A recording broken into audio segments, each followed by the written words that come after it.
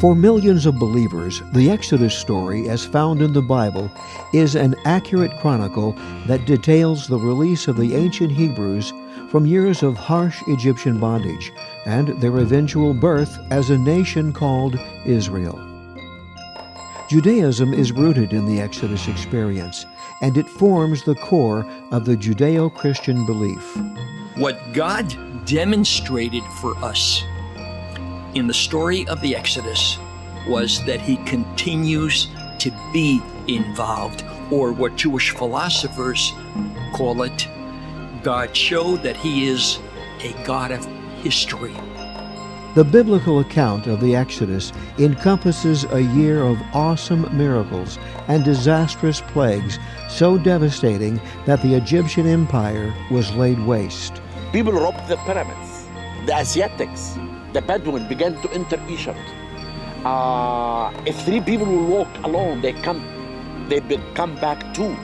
Then that's to show the disturb and the collapse of Egypt happened from the literature. It would seem to me in these days of political correctness that anytime we want to investigate any ancient peoples, if their descendants are still with us, we should first ask them. It's called the birth of the Jewish people. We had already been a patriarchal family. We went down to Egypt with 70 souls, but it was in Egypt that we developed into a nation. The Jewish people have records of their history.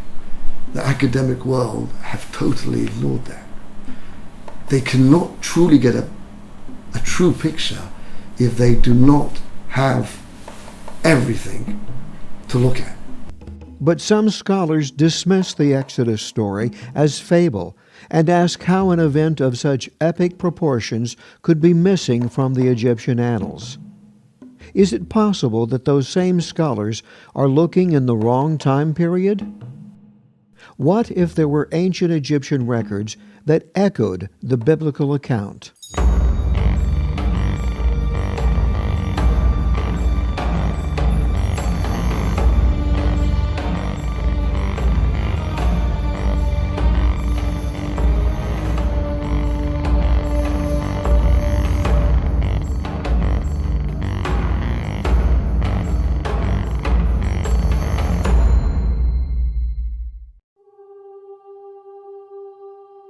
The saga of the Exodus really begins with a dreamer, a young Hebrew named Joseph.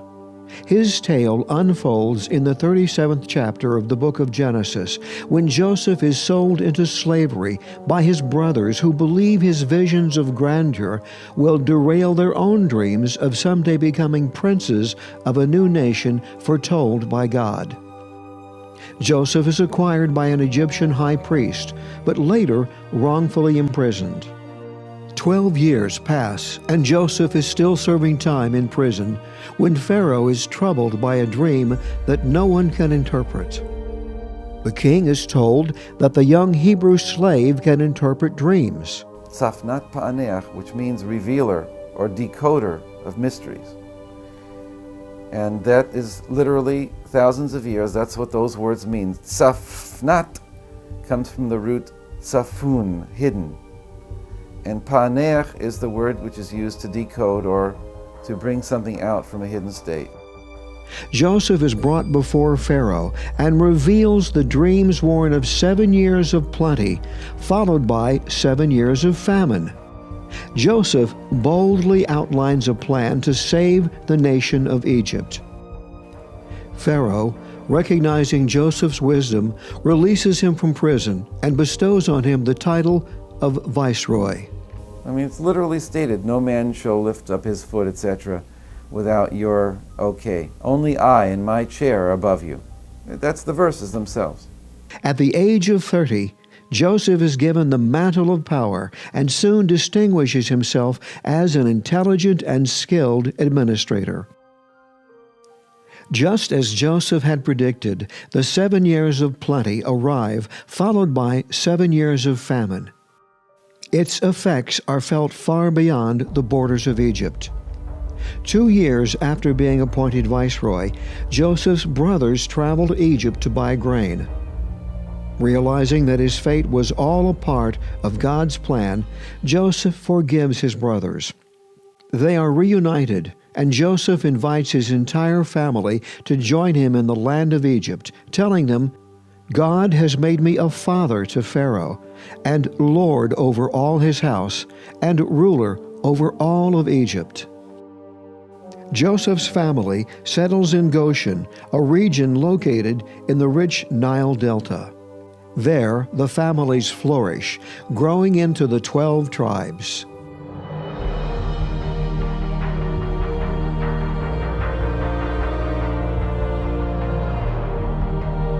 The ravages of the famine are so severe that the Egyptians sell their property to the crown. Joseph develops an ancient feudal system, allowing the Egyptians to remain on their estates and their farms. As the surrounding nations come to Egypt for its abundant grains, the nation's economy is further enriched. Joseph ruled as viceroy for 80 years. His talents as an administrator, architect, and military leader had a remarkable effect on the culture of Egypt. Through his leadership, Egypt becomes a world empire. Some 25 years after Joseph's death, a new Pharaoh came to power, one who had no regard for Joseph's accomplishments. In the first chapter of the book of Exodus, we learn that the Egyptians believed that the growing Hebrew population posed a very real threat to the stability of the Egyptian empire. It started with bepeirach. We break the single word up into two words, and peirach means a mouth that is soft. And as a result, they said, let us become wise with this people to do them evil. And so therefore they came up with a plan with his advisors, which is also in the story who his advisors were, and one of them was Bilam, the famous arch enemy of Israel, who later we hear about more in the book of Numbers. So Bilam and Paro came up with the plan that they would take the Jews and all the Egyptians out to a new place that they were going to build called Pitom and Ramses. And they were going to build storehouses and treasure houses for the Egyptian dynasty there, and they would make a ceremony for cutting the ribbon and laying the first stone, and Paro was there, and he had all the Egyptian dignitaries and all the Jewish dignitaries, and they cut the ribbon and laid the first stone and put it in there, and everybody was happy and they had music playing. And the Jews were given the jobs as actual foremen. Everything went well and they actually got paid. But then Paro held back the money. But they still kept working because on faith they felt that it was worth it just continuing out of respect and glory for Paro. And then Paro had the Egyptian workers not come to work one day. And so the Jews, naturally wanting to be industrious, they took over the jobs for the absentee workers. And then the next day when the workers didn't come, but Egyptian policemen came and said to the Jews, "You're now to do this work." And the Jews said, "Well, we just took over for the workers until they come back so that Paro's work could continue on." "Oh no, the workers are not coming back. You're the workers now."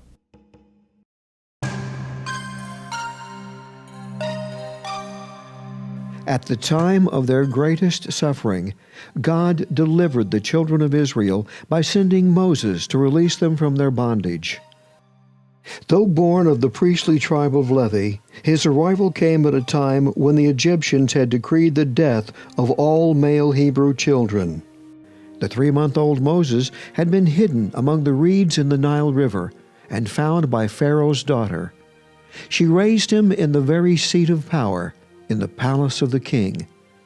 As a young adult, Moses is forced to flee Egypt after killing an Egyptian overseer who was brutally beating a Hebrew slave. At the age of 80, Moses returns to face a new Pharaoh. He asks that the Israelites be allowed to make a 3-day journey away from Egypt where they can worship their God. The king refuses. A year of frightful, miraculous plagues strike the Egyptian populace, culminating in the 10th plague, the death of Egypt's firstborn. Finally, Pharaoh relents, allowing the Israelites to leave. A weary, defeated Egyptian populace showers the departing slaves with gold, silver, and their finest clothing. The Israelites could have marched along the coastal road known as the Way of the Philistines and arrived in the Promised Land within a short time. But they were instructed by God not to take that route because, as the original Hebrew text reads, the people would see war. Rabbinic commentators relate that what the Israelites would have seen was a massive pile of human bones. They were the remains of 30,000 men from the tribe of Ephraim who had fallen in battle only 30 years before. The men of Ephraim were fully aware of the prophecy given to their ancestor Abraham that they would one day return to their ancestral land. But they had miscalculated the number of years that were to pass before the prophecy took full effect. Thus, marching into the land of the Philistines, a battle ensued. 30,000 were slain, and their bodies piled high and left to rot in the sun. As the tribes of Israel set out on their journey from Goshen, Pharaoh changes his mind and dispatches his army to bring them back. God instructs Moses to turn the Israelites around and march them in the opposite direction, straight to the Reed Sea, thus causing Pharaoh to believe they were now confused and lost in the wilderness. As the Egyptian army follows the path through the sea, they are swept away by walls of water on either side of them. The armed might of Egypt perishes in the churning sea.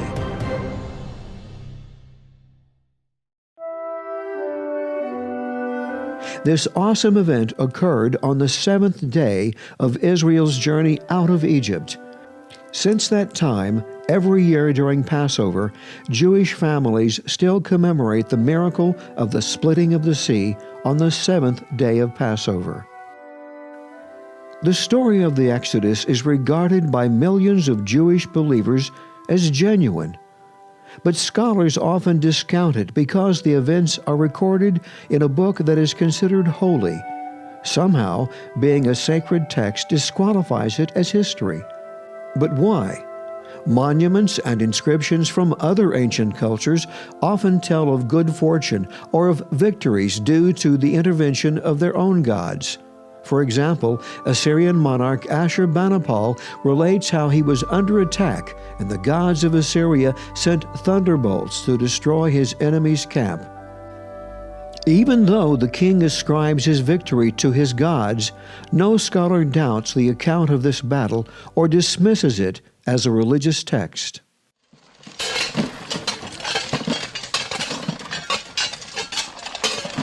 If we are to answer the riddles of the Exodus, we must establish that the Bible has merit as an historical record. Is there physical evidence that supports the text of the Bible? Today, museums worldwide display artifacts, inscriptions, and monuments that speak of key figures and events mentioned in the Bible.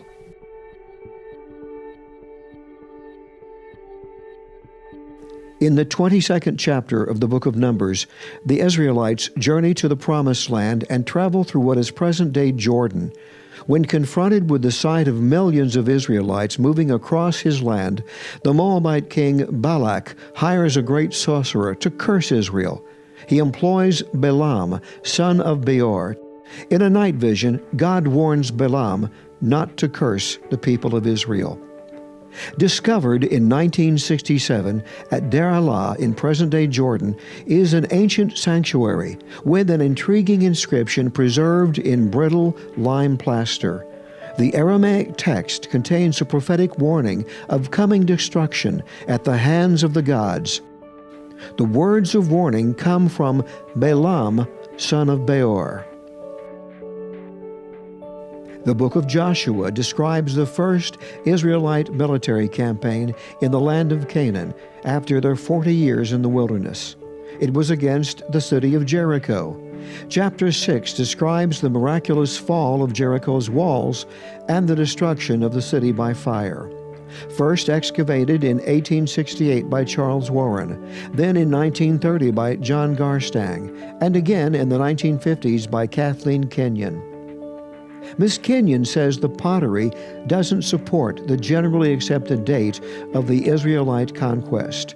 A little-known aspect of the excavation at Jericho is the fact that when it was first excavated back in the 1930s, they found storage bins and also storage houses overflowing with grains all over the city. And this is a very interesting thing because in antiquity, what foreign army would ever attack a city and leave all of their food supplies intact? Well, if you're the Israelites and you're commanded by Joshua to leave everything intact and not to take any of the foods or anything else, only the gold and silver, then that would explain why ancient Jericho was found in this state. There is no disputing the fact that this ancient city shows signs of being first destroyed by an earthquake and by fire. Nearly 400 clay tablets were discovered by an Egyptian peasant woman in 1887. The tablets formed a library.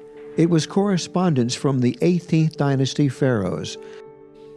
The tablets mention such ancient biblical sites as Megiddo, Gaza, Ashkelon, Ashdod, Ayalon, and Hatzor.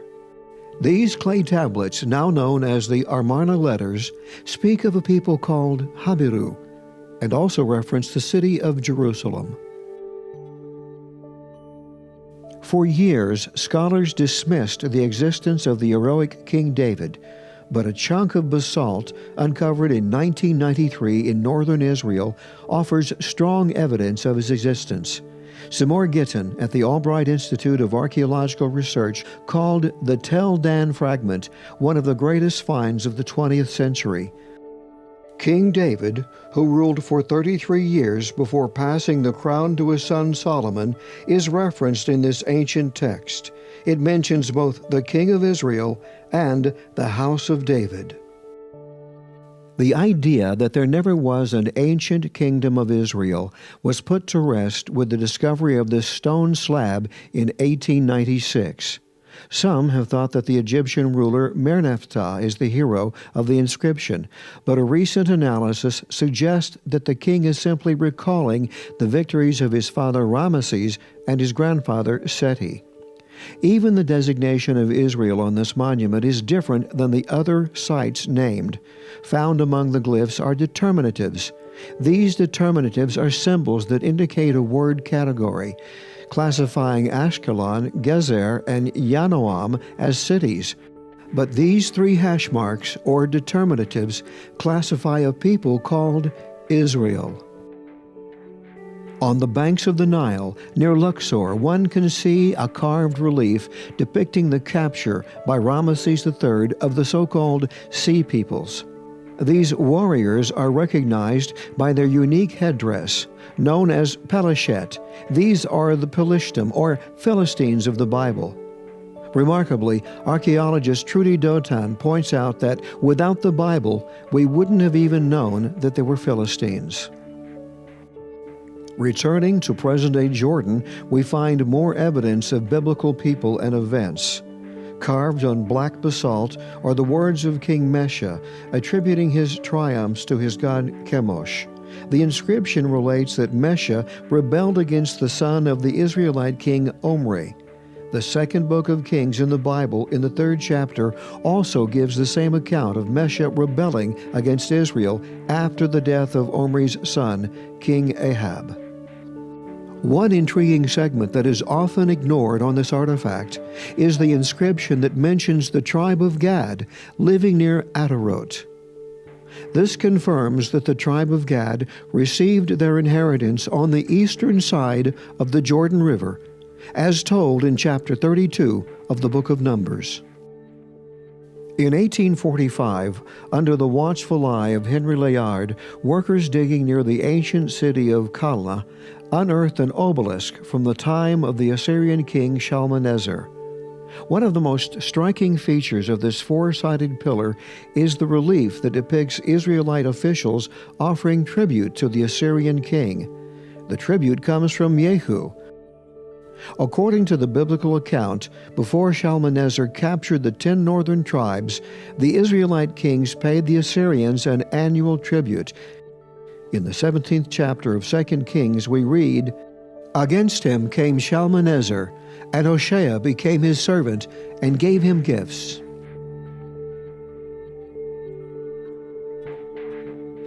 The armies of Assyria continually troubled the divided monarchy of Israel and Judah.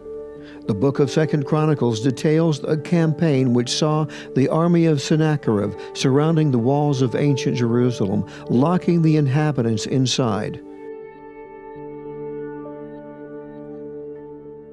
The record of that campaign is preserved on the so-called Taylor Prism, an artifact acquired in 1830, and it makes direct reference to King Hezekiah of Judah, who Sennacherib says he shut up like a bird in a cage.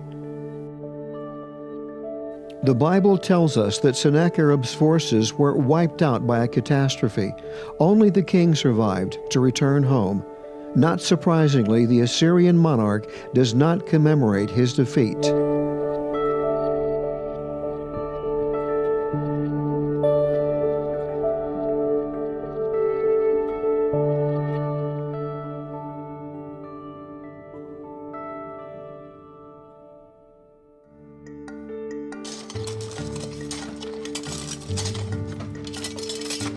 What we see in these artifacts and others is an unbroken trail of evidence suggesting that the pivotal events and characters of the Bible not only existed, but left a trail etched across time in stone and clay.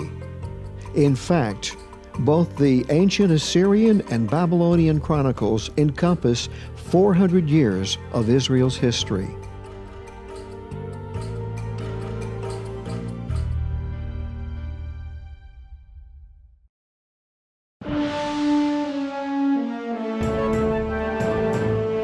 If we search the monumental records uncovered from the time of Ramesses the Great, we find barely a clue of anything resembling the catastrophic events of the Exodus story. Ramesses II ruled for around 65 years.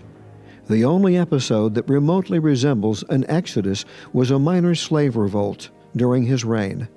So why do historians name Ramesses as the pharaoh of the Exodus? A forensics team was brought in to determine why the remains of Ramesses the Great were rotting away more rapidly than the other mummies.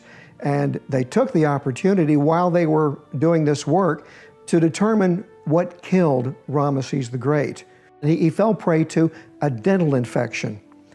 So that fact, coupled with the idea that we still have his remains with us today, one has to wonder, how could he be the pharaoh of the Exodus, since that pharaoh was likely swept away in the Sea of Reeds, or, according to some sources, didn't stick around to see what his countrymen would say. He actually took off for the land of Nineveh, where he later ruled.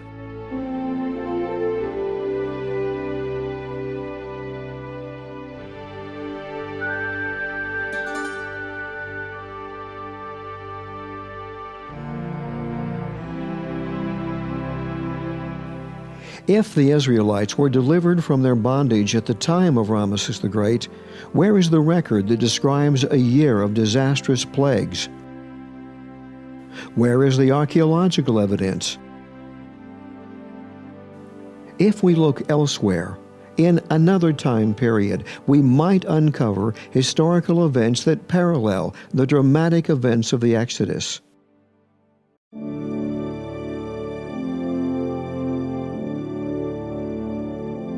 Why not consult ancient Jewish sources handed down for centuries? One such source is known as Sefer HaYashar, Hebrew for the upright book. This ancient work is mentioned in the Bible, in Joshua 10:13, also 2 Samuel chapter 1, verse 18. And the Jewish oral tradition draws liberally from this work. not only can't you understand the Torah without the oral law, but you will in fact very often misinterpret the Torah without the benefit of the oral law. The current translation can be traced back to the year 1625 when the book was first printed in Naples, Italy. The publishers claim that the source for the text came from scrolls saved from destruction by a Roman officer during the siege of Jerusalem by Titus in 70 CE. The classic commentary known as Meam Loez quotes liberally from this ancient work. In the chapters devoted to the birth of Moses, we learn of a certain advisor to Pharaoh by the name of Reuel. When the Egyptian king decides that the children of Israel might become a threat, Reuel reminds Pharaoh of all the good that the Hebrew Joseph had done for Egypt. Unhappy with this advice, the king turns to his other advisors, Balaam and Job. When Balaam tells the Pharaoh to throw the Hebrew children into the Nile, Job simply maintains a neutral position, telling Pharaoh to do what he thinks is best. Reuel realizes that he has fallen out of favor with the crown and decides it's time to leave. He immigrates to the land of Midian, where he becomes known as the high priest called Yitro, or Jethro. Years later, a full-grown Moses visits this great seer and discovers a rod planted in Jethro's garden. Moses is told that no man can pull the rod from the ground except the one who would deliver the children of Israel from bondage. Moses plucks the rod from the earth, and engraved on the rod, made of sapphire, was the Tetragrammaton, the holy, unpronounceable name of God. Also on the rod were acronyms for each of the 10 plagues of Egypt. The harsh burdens inflicted on the Hebrews began with the ascension to the throne of a king described in the book of Exodus as one who knew not Joseph. In Sefer HaYashar, we learn that the name of this Pharaoh is Melul, but due to the harshness of his decrees, the Hebrews called him Meror, which denotes bitterness. This Pharaoh commanded that all the Hebrew male children should be thrown into the Nile. He decreed that if any slave failed to meet their daily quota of bricks, that the overseers were to take the child of the slave and use the infant in place of bricks and mortar. What is remarkable about this ancient tyrant is that he ruled for 94 years. He is called the Pharaoh of the oppression.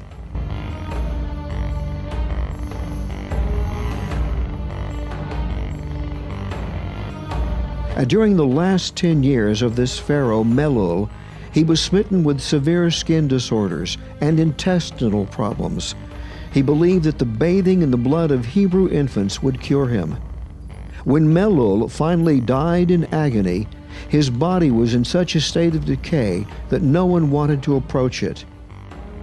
At his death, his oldest son Othri would have taken the throne, but according to Sefer HaYashar, he was found to be mentally incompetent, so his brother Adikam was selected to reign. This same source relates some interesting physical aspects about Adikam. The populace nicknamed him Avuz, meaning fat. He was also noted for his short stature, standing approximately 3 feet in height. Unlike his father, Adikam would rule a very short time, only 4 years.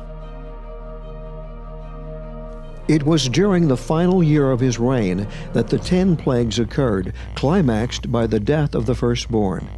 And remember, the older brother Othri was supposed to rule, but found to be incompetent. This would explain why Pharaoh Adikam survived the death of the firstborn.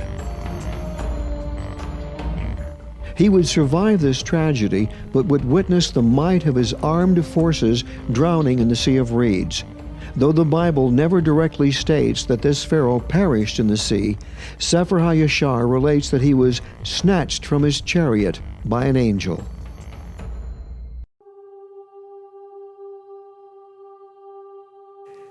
Every student of Egyptology is familiar with Manetho's History of Egypt. Ptolemy commissioned Manetho, an Egyptian priest, to write a 30-volume reference. Although it was lost when Julius Caesar torched the library of Alexandria, portions of Manetho's original work survive thanks to four other ancient historians, Josephus, Africanus, Eusebius, and Herodotus. But they only quote segments of the original. From this source, a chronology was developed that lists the first pharaoh of Egypt to the last. The record is divided into 32 time frames called dynasties. When Sir Flinders Petrie excavated the temple at Abydos at the turn of the century, this site yielded a king's list, a wall covered with cartouches from the early pharaohs of Egypt. The tablets of Abydos list the kings of Egypt from the first ruler in the first dynasty until the time of Ramesses the Great in the 19th dynasty. Apparently, it was Ramesses who commissioned this ancient roll call to honor his forerunners. Manetho's dynastic list found corroboration thanks to an ancient papyrus scroll now called the Turin Royal Canon. Written in the cursive form of hieroglyphs called hieratic, the papyrus also lists many of the pharaohs and the length of each reign. From these age-old Egyptian catalogs, we can discover an amazing parallel. We find that parallel in the ancient Jewish sources, such as Sefer HaYashar. From the Turin Papyrus, the Abydos tablets, and other sources, we find in the 6th dynasty a king known as Neferkare Pheops, or Pepi II. He ruled longer than any king in Egyptian history, an incredible 94 years. In the Jewish records, Melul, the pharaoh of the oppression, also ruled 94 years. There is a curious linguistic aspect that may also link Pharaoh Pepi II to Melul, the pharaoh of the oppression. During the time of Pepi II, the hieroglyph used for the L sound was also used for the R sound. Another name that Pepi II was known by was Merirre. If we interchange the R's in Merirre with L's, we come very close to the Hebrew name for this pharaoh, Melul.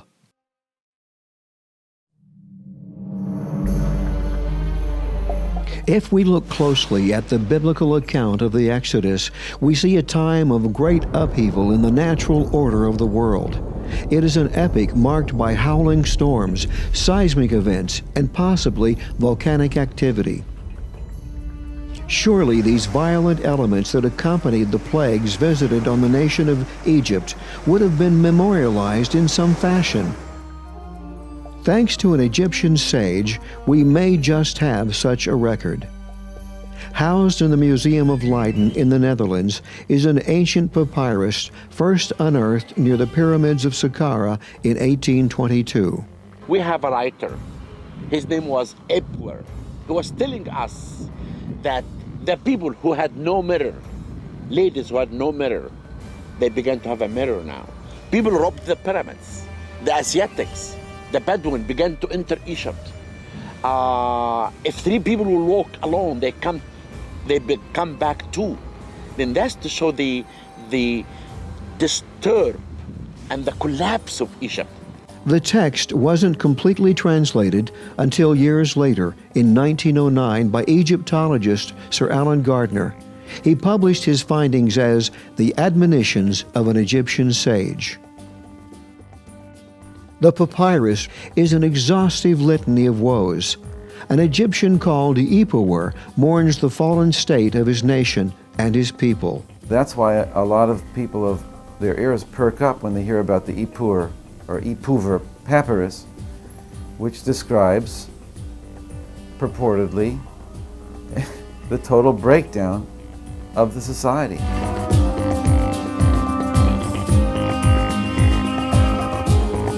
The most striking characteristic of this record is how the text details a chain of calamities that are strikingly similar to another series of events, the plagues of the Bible.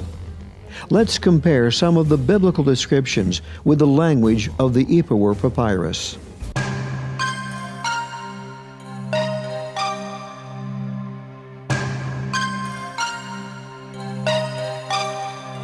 Behold, Egypt is poured out like water.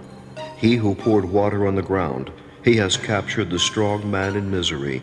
Forsooth, the river is blood.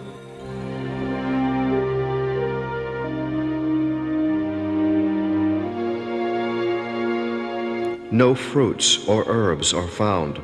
Forsooth, grain has perished on every side.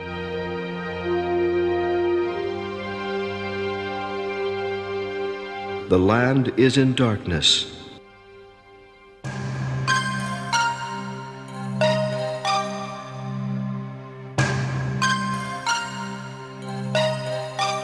Children of princes are dashed against the walls. The offspring of nobility are laid out on high ground. The residence is overturned in a minute. Men are few. He who places his brother in the ground is everywhere.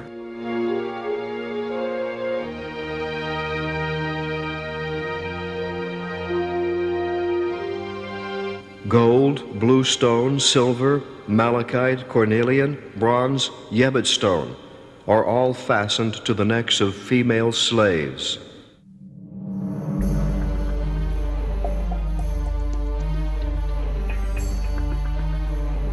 Remember the 6th dynasty pharaohs whose reigns match those as described in Sefer HaYashar? They were Pepi II, who ruled Egypt for 94 years, longer than any pharaoh in Egyptian history. This remarkable reign is the same as the king known in the Jewish text as Melul. After the death of Pepi II, his son Neferkare the Younger took the throne, but for only 4 years, matching the 4-year reign of Adikam, the pharaoh of the Exodus. But the similarity is even more dramatic when we discover that the 6th dynasty came to an abrupt end following the reign of these two pharaohs. Egyptologists agree on this major point, that the final days of the Old Kingdom period at the end of the 6th dynasty signaled the demise of Egypt as a world power. Even though well-known archaeologists such as Zahi Hawass do not accept the Exodus as fact, they do agree that Egypt was plunged into a time of chaos that lasted for hundreds of years following the reign of Pharaoh Pepi II and his son Neferkare the Younger. But from the beginning of Pepi II, I believe this is the beginning of the collapse, because he ruled as a young man.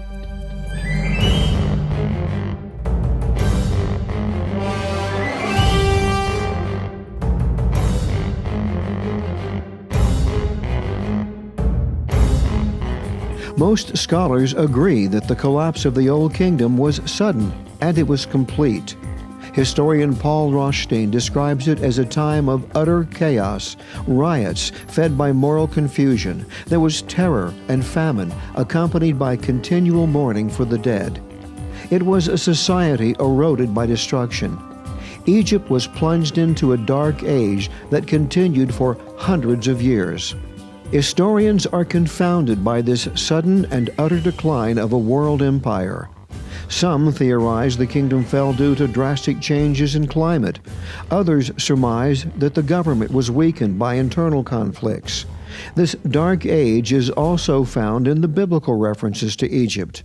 Following the Exodus story, Egypt is not seen as a political power until the time of Israel's kings, 400 years after the Exodus. The biblical account of the Exodus offers a logical reason for the cause of Egypt's rapid decline and its exit from the world stage. A year of cataclysmic plagues, the death of the nation's firstborn, the loss of Egypt's entire labor force, the removal of their entire gold and silver reserves, and the drowning of Egypt's entire armed forces. Exciting new evidence has emerged that may provide more scientific proof of the biblical Exodus. Thanks to a technology known as satellite remote sensing, we're discovering ancient roads, structures, even entire towns buried under the earth. Recently, a team of archaeologists discovered 17 pyramids, more than 1,000 tombs, and 3,000 ancient settlements in Egypt's Nile Delta using this technology. When those same archaeologists excavated over 20 of those ancient sites, they discovered remains including pottery from the Old Kingdom time frame. Even more remarkable is the fact that no pottery from the Middle Kingdom period, a later time period, was found on any of these sites, suggesting that for some reason the people who inhabited the Nile Delta during the Old Kingdom period were forced to make a mass evacuation from the region, leaving their homes and villages never to return. Since the children of Israel settled the Nile Delta, this could be proof that they made their exodus from their homes in the Delta at the time of the fall of the Old Kingdom. Finally, if we consult the Egyptian sources, we discover another amazing parallel. The ruler found on the Egyptian king's list, who follows Neferkare the Younger, is Nefertiti, the first woman pharaoh of Egypt. The dynasty 6 ended by a reign of a lady. Her name is Neat Eckert. A lady that we know nothing about her. Maybe she was from the royal family. There is no more male king to be the king of Egypt than a female began to be the king. We know in ancient Egypt that men has to rule, women cannot rule. Is it possible that she took the throne because there was no male heir to rule? Perhaps the previous pharaoh had been lost in the splitting of the Sea of Reeds.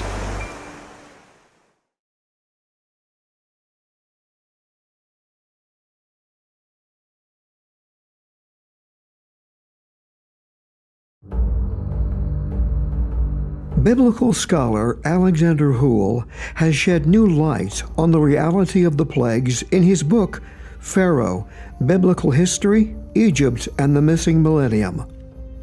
He's also reconciled the problematic dating of the Exodus in the historical record by demonstrating that 3 different dynasties have been misdated, and that the rulers of those dynasties were very likely co-regents. That is, each ruled from a different location within the vast Egyptian empire.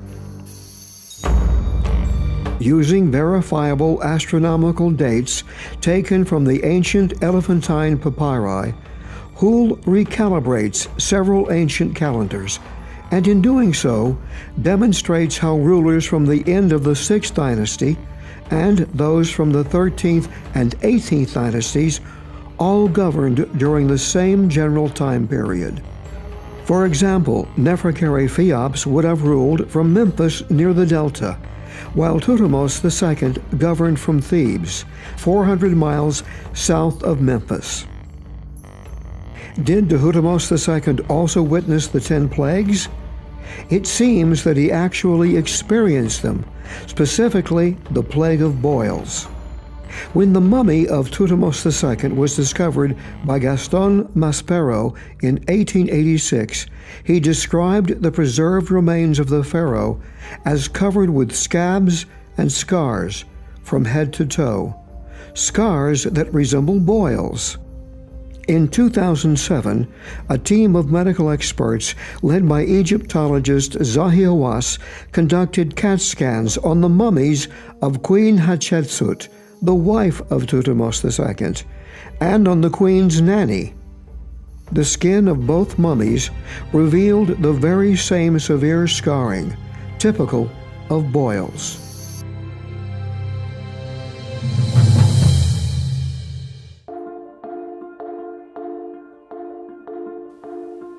The story of the Exodus really begins with Joseph. Had this son of Jacob not been sold into slavery and eventually and improbably risen through the ranks of power to rule Egypt, there might not have been an Exodus. The last chapter of the book of Genesis relates how God used Joseph to not only save his own people, but the entire nation of Egypt. The wisdom granted Joseph allowed him to enrich the throne and to build Egypt into a world power. we have a tradition that Joseph was taught by his father that his job would be to retrieve knowledge that had been from the Garden of Eden, that had gone out and had become used for magic. And therefore he was prepared by his father before he went down to Egypt, and whatever he learned in Egypt was now reclaimed back into its original purpose, which was not for magic, but for the deep wisdom that God had given man. At Beit Kalaf in Upper Egypt, Pharaoh Zoser's likeness appears alongside another figure called Zanach. Archaeologists tell us that no tomb has ever been found for this person, and it's been suggested that the step pyramid might have actually been intended for Zanach. Could Zanach be a linguistic corruption of Joseph's title found in Genesis 41:45, Zaphnath Paneach, the revealer of secrets? Surely his achievements must have found their way into the annals of Egypt. If, as we have shown, that the Exodus occurred at the end of the 6th dynasty, we should be able to find evidence of Joseph in one of the previous dynasties. In the 3rd dynasty, during the reign of the pharaoh known as Djoser, we find a noble figure who exhibits amazing talents. He was called Imhotep. He was a competent administrator for the crown and apparently excelled in architecture and medicine. Imhotep is best known as the designer of the famous step pyramid at Saqqara. Could this man be Joseph? Two additional facts make Imhotep a strong contender for the biblical Joseph. Remember, Joseph saved Egypt from a famine that would last 7 years. At a site known as Sechel, near the first cataract of the Nile, inscribed on a rock is the account from the time of King Djoser. The pharaoh, deeply distressed because of a 7-year famine and a dream, seeks the counsel of the wise Imhotep. Imhotep shares another distinction with Joseph. Both men were regarded as commoners before they took the office of prime minister. There's a very curious turn of the phrase in the book of Genesis when Joseph describes his office to his father Jacob when he asked him to come down and join him. He says, God has made me a father to Pharaoh. Well, in the Old Kingdom, the prime minister's office, the Egyptian word for that office or that title was Etif. And Etif, literally translated, means father of Pharaoh. The Bible tells us that Joseph lived to the ripe old age of 110. Interestingly, there was a proverb passed down through the centuries among the Egyptians. It was said that to achieve perfect wisdom, one should live to the age of 110. When Joseph was 100 years of age, he was asked by younger, envious court officials to prove his worth. Joseph amazed Pharaoh and his rivals by engineering a series of canals fed by the Nile. It created an artificial body of water that would provide irrigation for the parched western desert. Today, southwest of modern Cairo sits a large freshwater lake in a natural basin surrounded by desert. The region is called the El Fayoum. The lake is fed by a large canal that has existed since the days of the pharaohs, and the canal has been called since those days Bar Yosef, or the Sea of Joseph. Joseph was prime minister for 80 years, and one of the pharaohs we believe he served was called Unas. The causeway leading to the pyramid of Unas once featured carved reliefs, now on display in the Louvre in Paris. The carvings portray a time when starving foreigners came to Egypt. It's quite possible that Unas was commemorating the very same famine described in the Bible during Joseph's time as prime minister. Within the tomb of Unas, beneath his pyramid, the walls are covered with well-preserved text that extol the virtues of the dead king and how he will serve the gods in the afterlife. On the wall of the southeast chamber is a curious inscription that is actually a prophecy. It tells of an unknown God who will kill Egypt's firstborn. This is a remarkable inscription when we consider that all of the Egyptian gods were named. But Joseph would have never uttered aloud the name of his God, the God of Israel. The inscription hints at the possibility that Pharaoh Unas was aware that one day the God of Joseph would avenge the death of the Hebrew children. It would seem that Pharaoh Unas wished to curry favor with God by inscribing in his tomb these words, "Unas will judge with him whose name is hidden in the day of the slaying of the eldest."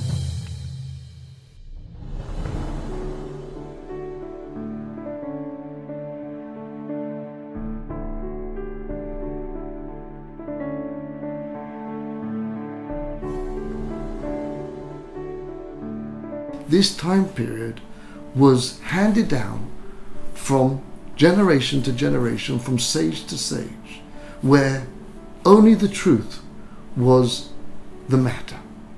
Rigorous hours on the study of one Omid of the Talmud, one page of the Talmud, can indicate the great length that the sages took to try and discern the truth in all its glory in all fields.